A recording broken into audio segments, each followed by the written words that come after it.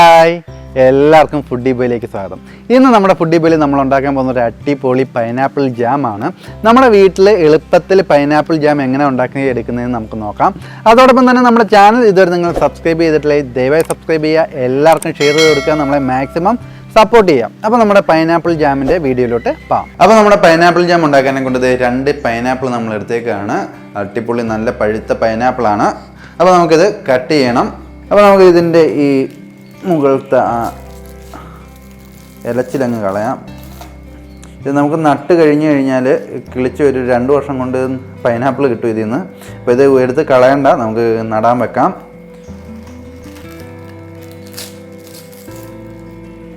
ഒന്ന് മിസ്സായി കേട്ടോ. അപ്പോൾ നമുക്കിതൊന്ന് ചെത്തി ചീവി എടുക്കാം. അതിന് നമുക്ക് ഈ സൈഡെല്ലാം കട്ട് ചെയ്തെടുക്കണം.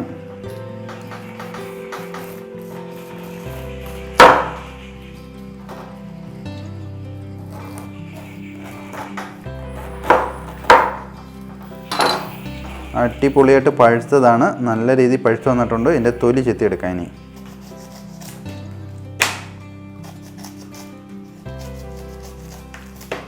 അപ്പോൾ നമ്മളിത് കരുതിച്ചൊക്കെ നല്ലോണം എൻ്റെ മുള്ളെല്ലാം ചെത്തിക്കളഞ്ഞ് എടുത്തേക്കാണ്. ഇനി ഇത് എല്ലാം കൂടി കഷ്ണങ്ങളാക്കി എടുക്കണം, ചെറിയ കഷ്ണങ്ങളാക്കി നമുക്ക് എടുക്കണം.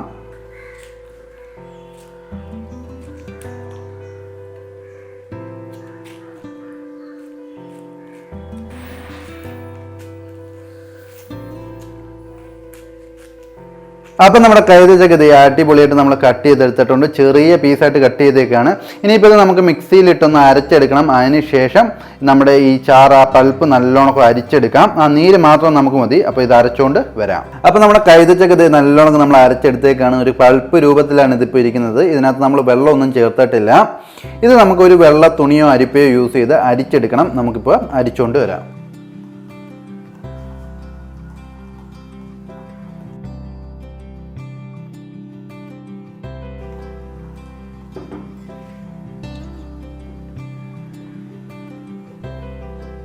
കൈതച്ചക്കയുടെ നീര് ഇത് അടിപൊളിയായിട്ട് നമ്മൾ അരിച്ചെടുത്തേക്കാണ്.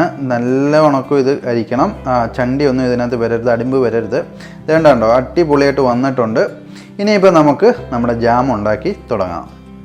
പൈനാപ്പിൾ ജാം ഉണ്ടാക്കി തുടങ്ങാം. നമുക്ക് ആദ്യം ഈ പാനിലോട്ട് നമ്മുടെ പൈനാപ്പിൾ ജ്യൂസ് ഇല്ലേ, അത് ഒഴിച്ചു കൊടുക്കാം.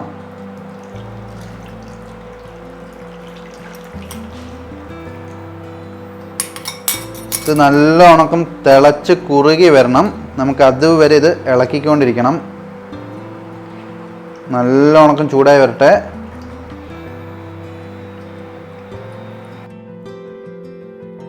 അപ്പം നമ്മുടെ ജ്യൂസ് തിളച്ച് വരുമ്പോൾ എന്തേ ഒരു ബൗള് പഞ്ചസാര ഇട്ട് കൊടുക്കണം. അതായത് നമുക്ക് എത്രത്തോളം ജ്യൂസ് ഉണ്ടായിരുന്നോ അതിൻ്റെ ഹാഫ് പോർഷൻ പഞ്ചസാര നമ്മൾ എടുക്കണം.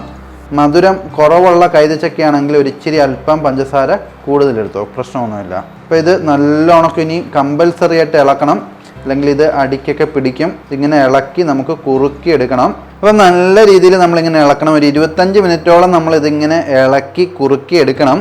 ഇതൊരു പാതി കുറുക്കാവുമ്പം അതിനകത്തോട്ട് നമുക്ക് ഗ്രാമ്പു ഇട്ട് കൊടുക്കണം. 2 കഷ്ണം ഗ്രാമ്പു ഇട്ട് കൊടുത്താൽ മതി. ഗ്രാമ്പു ഇട്ടിട്ട് നന്നായിട്ട് ഇളക്കുക.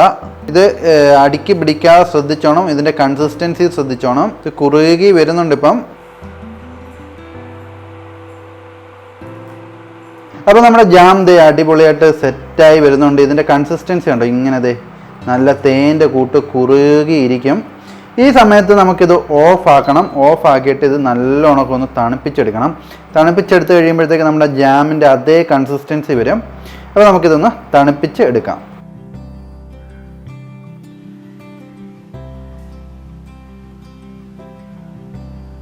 അപ്പോൾ നമ്മുടെ പൈനാപ്പിൾ ജാം ഇതേണ്ട തണുക്കാനെ കൊണ്ട് മാറ്റി വെച്ചേക്കാണ്. ചെറിയൊരു ബൗളിലും ചെറിയൊരു ഗ്ലാസ് ജാറിനകത്തുമാണ് നമ്മളിപ്പം മാറ്റി വെച്ചേക്കുന്നത്. നല്ലോണം ഒന്ന് തണുത്ത് വരട്ടെ.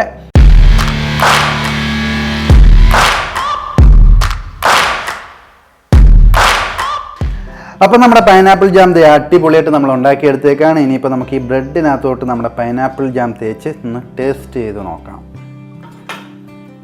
അടിപൊളി കൺസിസ്റ്റൻസിയാണ്, കണ്ടോ. ഇങ്ങനെയാണ് നമ്മുടെ ജാം, കറക്റ്റ് ജാം ഇതാണ്. ഇതിനകത്ത് കെമിക്കൽസ് ഒന്നുമില്ല. അടിപൊളിയായിരിക്കും നമുക്ക് കഴിക്കാൻ. കളർ പോലും ഞാൻ ചേർത്തിട്ടില്ല. അത്രയ്ക്ക് നാച്ചുറലാണ് ഈ ജാം.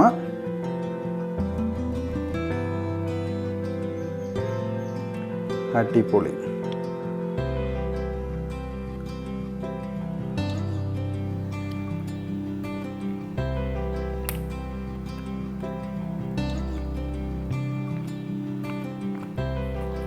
അടിപൊളിയാണ്, നല്ല ടേസ്റ്റാണ്. നമ്മുടെ കടകളിൽ നിന്ന് വാങ്ങിക്കുന്ന ജാമിനെക്കാട്ടിലും നല്ല ടേസ്റ്റ് ഉണ്ട്. ഞാൻ മാക്സിമം യൂസ് ചെയ്യുന്ന ഹാപ്പി, കിസാൻ അങ്ങനെയുള്ള ജാമുകളാണ്. അതിനെക്കാട്ടിലും നല്ല ടേസ്റ്റാണ് നമ്മുടെ പൈനാപ്പിൾ ജാമിന്. ഇതിൻ്റെ പ്രത്യേകത എന്ന് വെച്ച് കഴിഞ്ഞാൽ നമ്മൾ ഒരു തരത്തിലുള്ള കെമിക്കലോ കളറോ ഒന്നും ആഡ് ചെയ്തിട്ടില്ല. നല്ല ടേസ്റ്റിയാണ്, നല്ല എനർജറ്റിക് ആണിത്. അപ്പോൾ നിങ്ങളും ട്രൈ ചെയ്ത് നോക്കുക. എങ്ങനെ ഉണ്ടായിരുന്നു നമ്മുടെ കമൻറ്റ് ബോക്സിൽ കമൻറ്റ് ചെയ്യുക.